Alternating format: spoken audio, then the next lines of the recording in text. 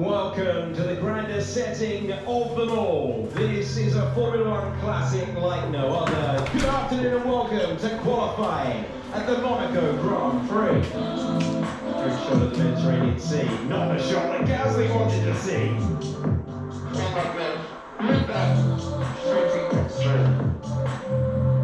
And it's Lawson, Bortoleto, Alonso, Stroll and Colapinto in the drop zone.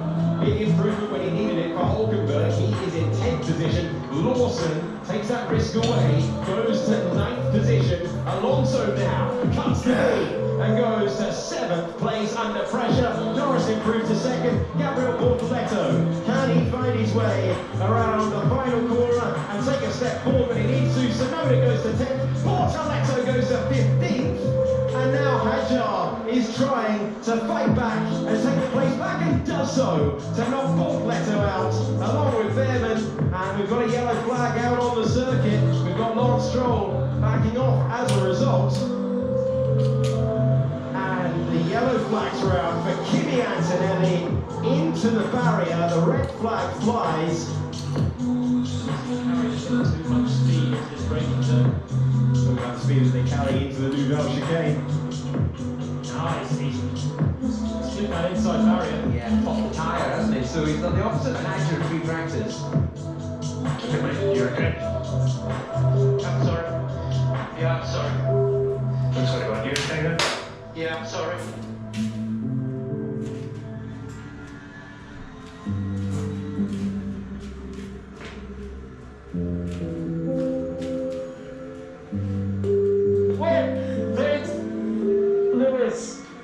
Nice feeling now. Everything went smooth. It's now a bit of a lost time. Well, Green's got a course, as you can see that Mercedes is moving very slowly into the tunnel. So does he have any power to get back? It looks like he's switched off.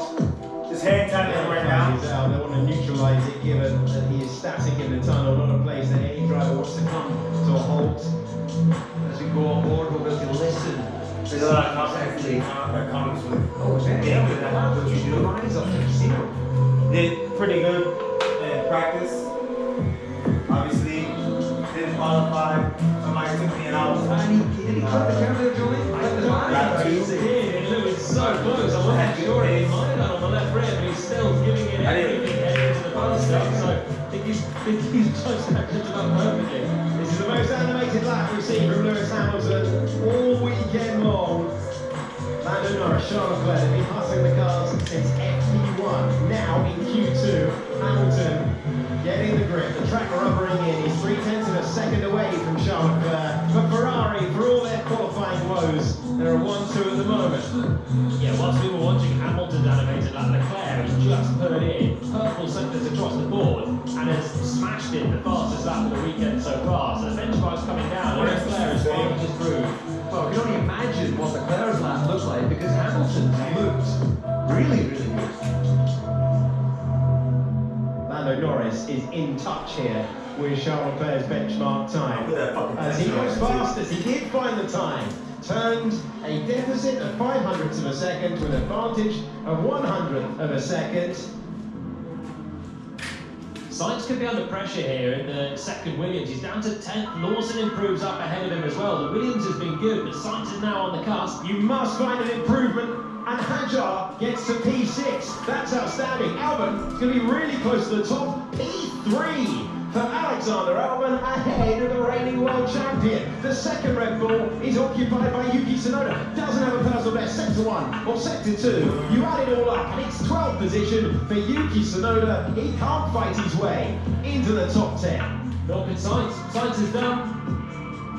Oh, tagging the wall. Four-wheel drift for Oscar Piastri, who's in P6 at the moment, trying to discover how to extract the best. He goes up to 4th, but he was lucky that wasn't heavy at contact.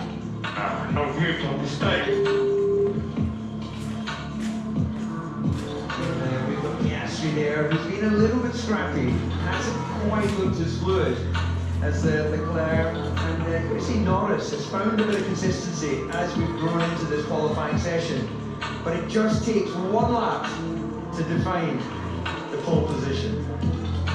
The worst qualifying position of the season for Oscar Piastri was in Miami. He's been in the top 3 the rest of the time. P4 in Miami, always in the top 3 for the rest of the campaign, 3 times on pole position. But as DC says, he's chasing it. The car doesn't look glued to the road in the same way it does for his teammate and the Ferraris. Now, low speed, we saw the rear snaking, very obvious lack of traction off the chicane.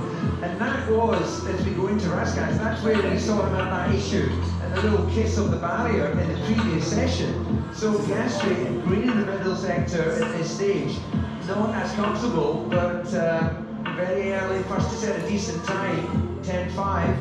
A 10.5 is the time for Lando Norris to beat. Fastest middle sector for the man second in the Formula 1 World Championship, but first on the timing page, and he's obtained provisional pole. Next, the Ferraris, with Lewis Hamilton going to 3rd behind the McLarens, and it's over to Charles Leclerc. Personal best sector 1, personal best sector 2, but no purple sectors, no outright fastest at the moment. Can he claw it all back at the end?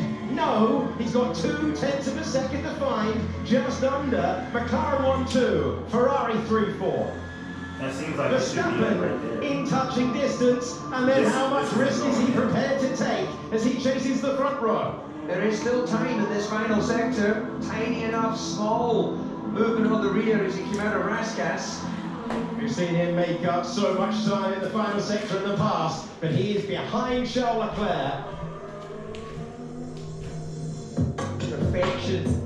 Lando Norris is 13 points behind in the Drivers' Championship. He was 7 thousandths of a second ahead through the first sector, but Piastri is taking enormous time out of the benchmark that his teammates set, and this is a fully attacking lap from the man from Melbourne, chasing his first ever Monaco pole position. Norris is up, but he's only by 0.2 of a second. An electric lap from Oscar Piastri is going to be some time to beat. It's a 1:10.1. Can Norris call back the time? It was looking at below. Piastri in the middle sector, but he takes it back by 1/100th of a second. A mighty scrap between the 2 McLarens, 1 and 2. Charles Leclerc on the left-hand side of your picture will be going to the extremity of the racetrack, chasing a 4th home pole position. Hamilton seeking to extend the all-time record, and the reigning world champions only 0.04 of a second away. This could be one of the closest ever Formula 1 qualifying sessions. Hamilton's within a 10th of Lando Norris and gaining a couple of corners to go. Can Hamilton upset the McLarens? Well, he was beautiful as he exited Raskas, maybe a little bit wide through the final corner. Hamilton to the line. Hamilton gets it to 3rd, but there was a massive cheer from the crowd because Charles Leclerc had the fastest middle sector of anyone so far. Can it be more Monaco magic for Charles Leclerc? And he's done it! Charles Leclerc takes provisional pole. He beats both McLarens. He's ahead of Norris by 0.06 of a second, but Verstappen is not done yet. He is done in P5. McLaren go again. McLaren push on. Piastri's not behind at the moment. This isn't 600 of a second. He misses out. Lando Norris has lost pole position. Can he retake pole position and break home hearts? He does. What an extraordinary qualifying hour concluded with Lando Norris on pole position for the first time ever in his Formula 1 career, and the most special circuit when it comes to F1 qualifying. That's pole for Lando in Monaco. Right, mate, good effort. That's fine. Yeah, all good. Thank you, guys. Nothing like pole position in Monaco. Everyone lines up behind him tomorrow. Charles Leclerc chasing more history, 8 meters behind when it comes to the start. Piastri was ahead of Hamilton, and it's Verstappen. Hadjar first best in F1 for the Frenchman. He's in 2nd, and it's Alonso, Ocon, Lawson, Albon, Sainz, Tsunoda, Hulkenberg, Russell, Antonelli, Bortoletto, Vernon, Gasly, Stroll, Paul Pint.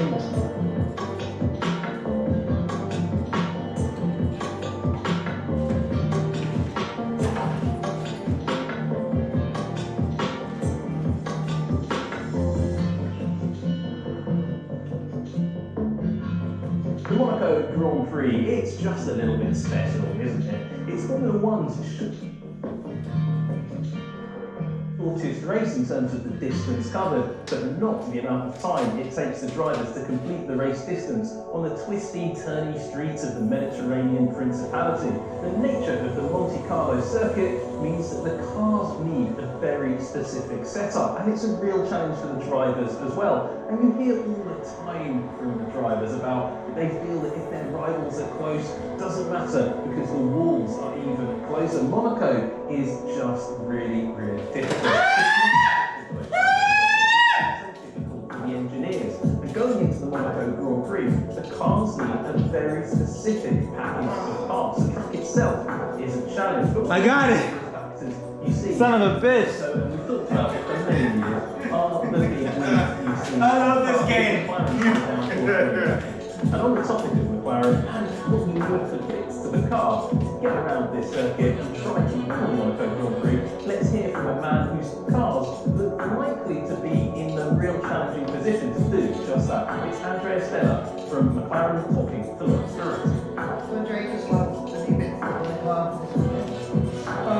Yes, some new bits. Like I read this morning the submission from all teams, and pretty much is a copy. I had to push this motherfucker in. Because, you have This part right here, and I really don't remember what I did. I think I did enough because it wasn't going in as much. So I needed to push more. There's something in there, big time. Downforce, and even if this downforce comes with some drag, that's not a problem. Because here, 1 point of downforce is much more valuable than 1 point I need to do more drag. Okay, so we're gonna have a bigger rear wing. And with a bigger rear wing, I need to do more. Number one, it also comes with a bigger lower wing. These elements, they come with, like I said before, That's serious. downforce. Like the car will have quite a bit more than what we had in Imola. Where in Imola the straight line speed is important. Here it's not very important. But as you can serious. I see, need to do more. intuitively, these elements. I need to go even further. Gosh damn. That hurt my thumb. So these elements work in conjunction with the diffuser.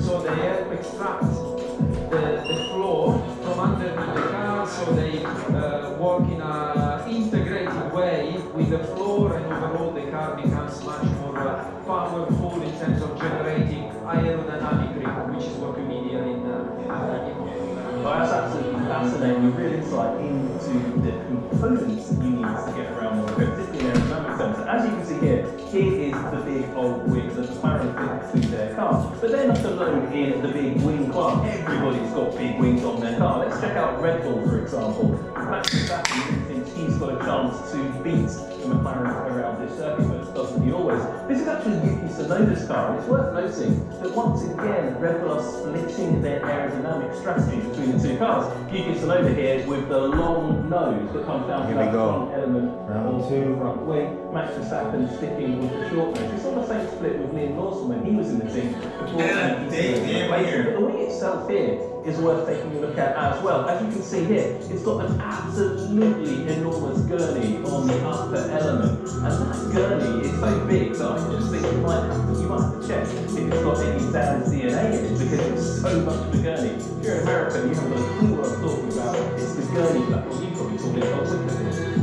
It sounds great, but it's good. Let's take a look at the rear end of the Red Bull as well, because the rear wing of that car is pretty impressive. I mean, look here, almost vertical in the centre section. That's how much air is hitting you. For the best part of 300 km, the car comes through the tunnel. So if there isn't a drag on that wing, it's going to be absolutely enormous. But because of the low average speed around Monaco, that aerodynamic drag penalty, that wing resistance, is going to be much lower than it would be at other circuits. Therefore, see how much downforce you get for the amount of drag that it produces. Doesn't really matter. The aerodynamic efficiency is really quite low for the wings on these cars. What really matters is the downforce. And that's why we like to use downforce on these cars, because it's downforce which is more important than the aerodynamic efficiency of the overall car. That is really critical. I actually think the wing is vertical in this centre section. It looks like a hamster size. Remember the old oval racing days back in the track like which was in the speedway, and that's taking you right back, and I'm showing that pit lane that is quite interesting is Ferrari. This is the Ferrari driven on the car this weekend in Monaco, and you may think it looks a little bit familiar. Ignore the paint job, because Ferrari have changed sponsors. Well, they haven't changed it, they just changed the amount of bodywork that's covered by the sponsor logos. Here's the wing they ran in 2024. Do you want to place what the difference? You lose. Ferrari are actually running their 2024 rear wing package for a couple of reasons. Firstly, the series can save a huge amount of money here by running an old specification.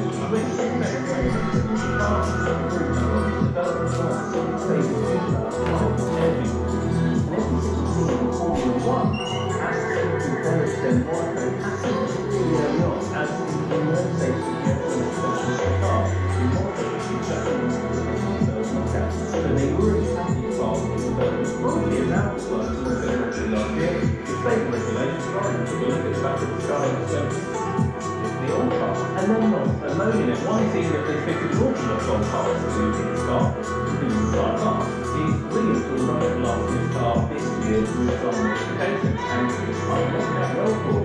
Here's the rear wing on Williams for this weekend, and one of our statistically, looking at quite different angle this angle here, were saying when they look at that, it's like, big enough to have a picnic off that rear wing. You can see his point, it's absolutely enormous, that lower element. Then the top element is still pretty steep, not quite as steep as the Red Bull wing, but it's pretty steep. And again, that wing may look a bit familiar because this is the wing from last year's Williams, just with a different sticker on the top. It said Williams at the top of it last year. And actually that's what Williams has done. It's quite interesting. They've taken that to a real extreme. They're essentially running a different package of parts to what they ran last year. It's the same parts in a different order. It's a bit like having the same recipe coming up with different results, but it works out well for the Williams team. One area I'd like to draw everybody's attention to is at the rear of the car. It's the beam wing on the Williams, and there are some new things we haven't seen before. Well, we have seen before, but we haven't looked at in detail. I just want to stop here.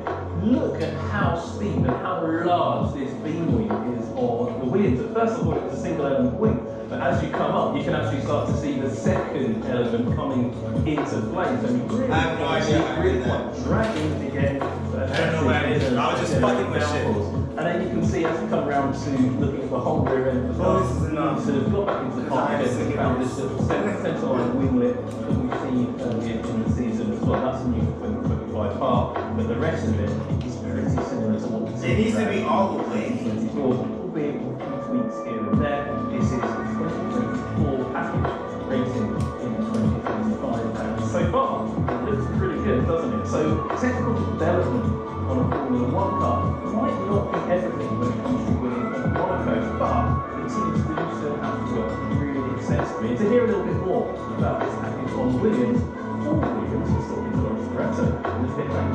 The circuit itself has very low break-even efficiency, so that is the ratio that you can trade downforce and drag. So actually it's a very low drag sensitive circuit rather than a high downforce sensitivity, so it's around 1 in the race. So you see teams bring large rear wings, so on our car we've got the largest rear wing that we own, and with that as you push the upper cluster it becomes more stressed and you need more support, so that's why you see lower beam wings which themselves bring local load but also support the upper cluster as they tend to be a little bit more unstable as you push those elements. Paul Williams there, Chief Race Engineer at Williams. Let's so have a little bit of a think about that low average speed and the implications of that, because when you're driving very slowly on a very twisty circuit on what could be quite a hot spring day in Monte Carlo, you're going to have a little bit more in the car than you would at say Monza. So how's the little bit of a trend down the pit lane in Monaco this year in Formula 2, which is driving a great cooling package, and it's not just the cooling seats. In fact, most of the largest version they've got great cooling. But a lot of teams have actually changed their cooling outlets. And before we take a close look at that section of the car, there are some interesting details. Lawrence Loretto was exploring that exact issue with the Williams team earlier on. This track is the highest brake energy density, which is a fancy way of saying that the brakes get a pretty hard time here without much respite, which is due to the lack of straights. So to cope with that, we open up the brake cooling, which allows the brake material to operate in its correct window. So you see plenty of teams opening up their front brake ducts, Well, I thought it's worth just taking a look at to see what we were just talking about there. Here is the cooling outlet on the front of the Williams, and it's been enlarged, as most teams have tried here. And you can see here, it's